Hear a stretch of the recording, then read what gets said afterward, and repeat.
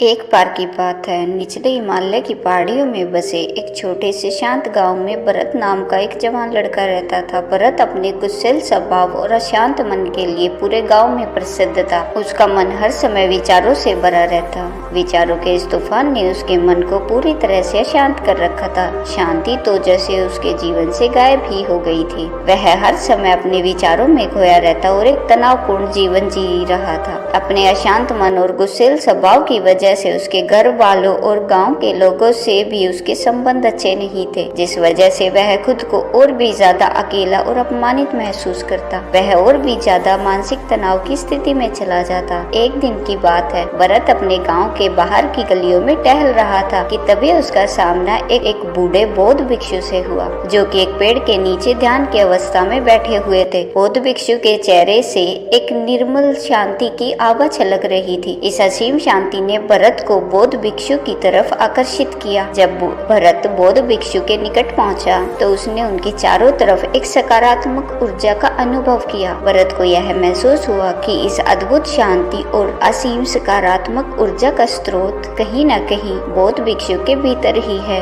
इसीलिए वह वहीं बैठकर उनकी आंख खुलने का इंतजार करने लगा। थोड़ी देर बाद जब बौद्ध भिक्षु ने अपनी आंखें खोली तो उन्होंने अपने सामने एक जवान लड़के को बैठा पाया, जो कि काफी तनावग्रस्त और नकारात्मक भावनाओं से भरा हुआ लग रहा था। भरत ने बौद्ध भिक्षु की तरफ लालसा भरी निगाहों से देखा और बड़े सम्मान पूर्वक कहा, मुनिवर, मेरा मन बहुत अशांत है। मेरे मन के विचार मुझे खाए जा रहे हैं। मैं एक क्षण के लिए भी शांति का अनुभव नहीं कर पा रहा हूँ। क्या आप मुझे सिखा सकते हैं कि मैं अपने इस अशांत मन को शांत कैसे कर सकता हूँ? बौद्ध भिक्षु ने भरत के दर्द को समझते हुए उसकी तरफ दया भरी नजरों से देखा और कहा, मेरे प्यारे बच्चे, मैं तुम्हें एक कहानी सुनाना चाहता हूँ। इस कहानी में मानसिक शांति और खुशहाली के रहस्य छुपे हुए हैं। क्या तुम इस कहानी को सुनना चाहोगे? भरत ने हाँ में अपना सिर हिला दिया और पूरी एकाग्रता के साथ कहानी सुनने को तैयार हो गया। उसके अंदर की उत्सुकता अब अपने चरम पर थी। बौद्ध भिक्षु ने कहानी सुनाना शुरू किया। बहुत समय पहले की बात है, एक नगर में शक्ति नाम का एक व्यक्ति रहता था। शक्ति बहुत ही महत्वाकांक्षी व्यक्ति था। उसे हर काम में लोगों से तारीफ चाहिए होती थी। अगर उसे किसी काम में असफलता या लोगों से बुराई सुनने को मिलती तो वह गहरी चिंता और तनाव में चला जाता। उसका मानना था कि सफलता और भौतिक संपत्ति उसे मनचाहा सुख देगी, लेकिन वह जितना ही सफलता और तारीफ के पीछे भागता, वह उतने ही गहरे मानसिक तनाव में डूबता जा रहा था। लेकिन एक दिन अचानक ही शक्ति का सामना उस समय के एक बहुत ही बड़े बौद्ध भिक्षु से हुआ, जिनका नाम था महाकोशक। महाकोशक अपने हजारों शिष्यों को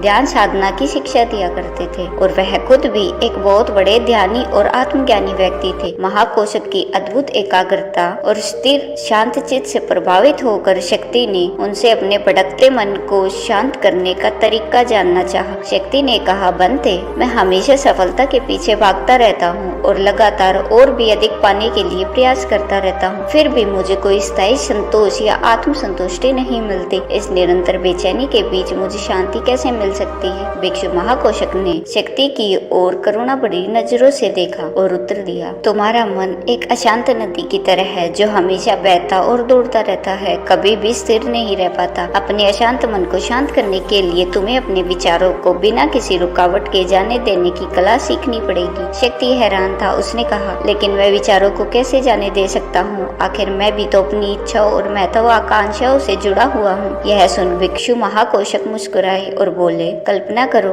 कि तुम्हारे हाथ में पानी से भरा एक गिलास है। अब तुम जितनी देर तक इसे पकड़े रहोगे, यह उतना ही भारी होता चला जाएगा, और अगर तुम इसे काफी लंबे समय तक पकड़े रखते हो तो तुम्हारे हाथ में दर्द होना शुरू हो जाएगा। लेकिन अगर तुम अपनी पकड़ ढीली कर देते हो और उसे जाने देते हो तो बोझ खत्म हो जाएगा। भरत ने कहानी और उसके संदेश को ध्यान से सुना। वह समझ गया कि अपने विचारों और इच्छाओं से चिपके रहना ही उसके बोझ को बढ़ाता है और उसके अंदर अशांति पैदा करता है। अब भरत को कहानी का अंत सुनने का बेसब्री से इंतजार था। बौद्ध भिक्षु ने कहानी को जारी रखते हुए कहा, शक्ति ने बौद्ध भिक्षु महाकोशक की सलाह को मानते हुए विचारों को जाने देने का अभ्यास करना शुरू कर दिया। वह अपने विचारों और भावनाओं को बिना किसी पूर्व निर्णय के बस आते और जाते हुए देखता। अब उसने विचारों को पकड़ना छोड़ दिया था। उसके अंदर विचार उठते और स्वतः ही समाप्त हो जाते। धीरे धीरे उसे महसूस होने लगा कि उसकी इच्छाएं और लगाव ही उसके सभी दुखों का कारण है। जैसे जैसे शक्ति गहरी साधना साधना में उतरता गया उसने पाया कि वर्तमान में रहना ही आंतरिक शांति का एकमात्र स्रोत है। वह स्वयं को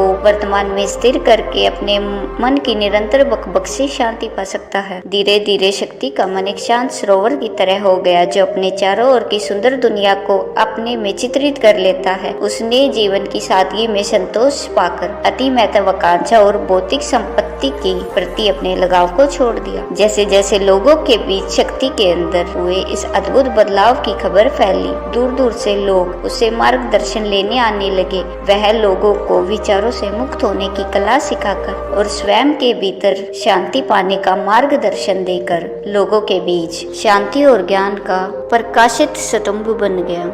शक्ति और भिक्षु महाकौशिक की कहानी खत्म करने के बाद भिक्षु थोड़ी देर के लिए मौन हो गए ताकि भरत के अंदर इस कहानी का अर्थ गहराई से बैठ सके। भरत ने बूढ़े बौद्ध भिक्षु की तरफ देखा।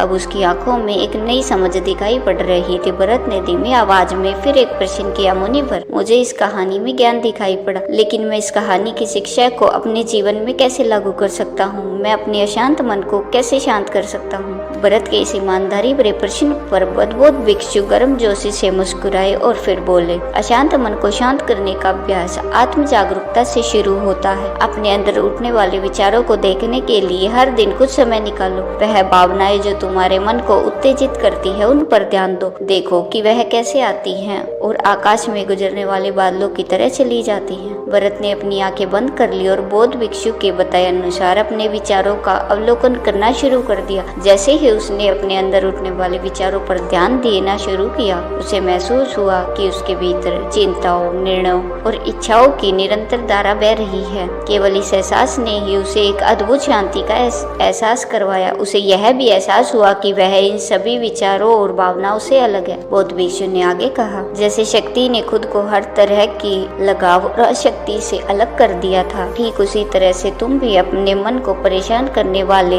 विचारों और भावनाओं को खुद से मुक्त करने का अभ्यास विकसित कर सकते हो। जैसे ही विचार उठे, उन्हें बिना किसी पूर्ण निर्णय के स्वीकार करो और फिर धीरे धीरे उन्हें जाने दो और वर्तमान क्षण पर अपना ध्यान केंद्रित करो। लेकिन मुनिवर, भरत ने बीच में ही रोकते हुए कहा, क्या होगा अगर विचार और भावना इतनी मजबूत है कि वह बनी रहे और मन को छोड़ने से ही इनकार कर दे? बौद्ध भिक्षु ने भरत की बात पर सहमति जताते हुए सिर हिलाया और कहा, ऐसे कई मौके आएंगे जब तुम्हारे मन में विचारों का बवंडर चल रहा होगा। जब तुम्हारा मन तुम्हारी बिल्कुल भी नहीं सुनेगा, तो ऐसे समय में तुम्हें अपनी सांसों की ताकत पर विश्वास रखना होगा। बौद्ध भिक्षु ने एक बार फिर भरत को अपनी आंखें बंद करके अपने पेट के फूलने और पिचकने को महसूस करते हुए अपनी सांसों पर ध्यान केंद्रित करने के लिए कहा। बौद्ध भिक्षु ने समझाते हुए कहा, जब भी तुम्हारा मन उत्तेजित और अशांत हो तो तुरंत अपनी सांसों पर लौट आओ। सांसों की नियमित गति तुरंत तुम्हें वर्तमान के क्षणों में वापस खींच लाएगी और एक शांति का एहसास करवाएगी। भरत ने कुछ देर तक बौद्ध भिक्षु की निर्देश अनुसार अपनी आती जाती सांसों पर ध्यान केंद्रित करने का अभ्यास किया। इस छोटे से अभ्यास ने उसे अपने मन की शांति और स्थिरता का एक क्षणिक अनुभव करवाया। उसे समझ आ गया, यह सांसें तो हमेशा उसके साथ थी, जो वर्तमान क्षण की निरंतर याद दिलाती है, शांत होना और शांति प्रदान करती है। भरत की इस प्रगति को देख बौद्ध भिक्षु मन ही मन मुस्कुराए और बोले,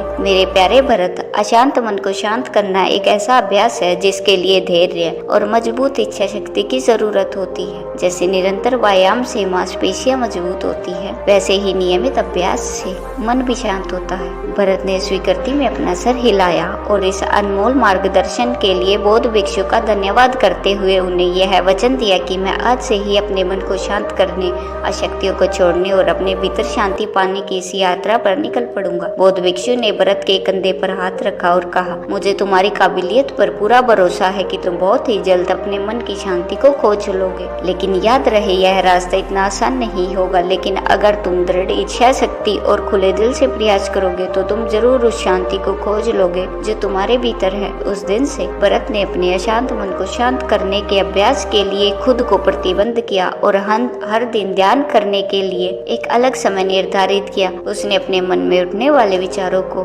बिना किसी रोक टोक के जाने दिया और अपनी श्वास के माध्यम से खुद को वर्तमान में रखने का प्रयास किया। धैर्य पूर्वक अभ्यास करते हुए समय के साथ भरत ने खुद के अंदर गहन परिवर्तन का अनुभव किया। जैसे जैसे साल बीतते गए, भरत को गांव में शांति और ज्ञान के स्रोत के रूप में जाने जाने लगा। गांव के लोग अपने अशांत मन को शांत करने के लिए भरत के पास मार्गदर्शन लेने आते। भरत ने जीवन की भागदौड़ के बीच दूसरों को आंतरिक शांति पाने में मदद करते हुए बौद्ध भिक्षु की शिक्षाओं और आत्म जागरूकता की शक्ति को साझा किया। इसके साथ ही उसने लोगों को अपने विचारों से मुक्त करने और श्वास पर ध्यान केंद्रित करने की कला सिखाई। इस तरह वह गांव काफी फला फूला। वहां के निवासियों ने एक स्थिर और शांत मन के अमूल्य उपहार की खोज की। बौद्ध भिक्षु की शिक्षाओं और भरत के द्वारा कराए जा रहे अभ्यास के माध्यम से विचारों को जाने देने और वर्तमान में रहने की कला दूर दूर तक फैल गई, जिसने कई लोगों के जीवन को बदल कर रख दिया। जैसे जैसे और समय बीता, अशांत मन को शांत करने की भरत की यात्रा का एक जोरदार प्रभाव उसके गाँव की सीमाओं के बाहर भी फैला।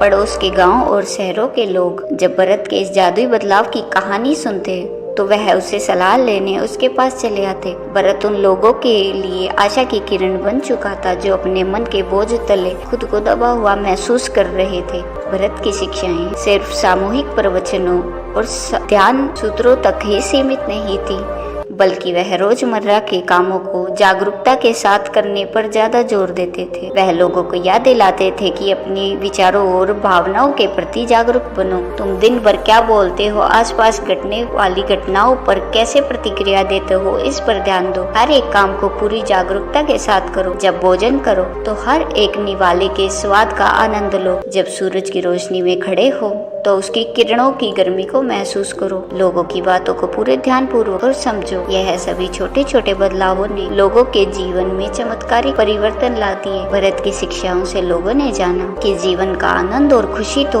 वर्तमान के पलों को जीने में है। दोस्तों, इसी के साथ यह कहानी खत्म होती। उम्मीद करती हूँ कि इस वीडियो से आपको बहुत कुछ सीखने को मिला होगा।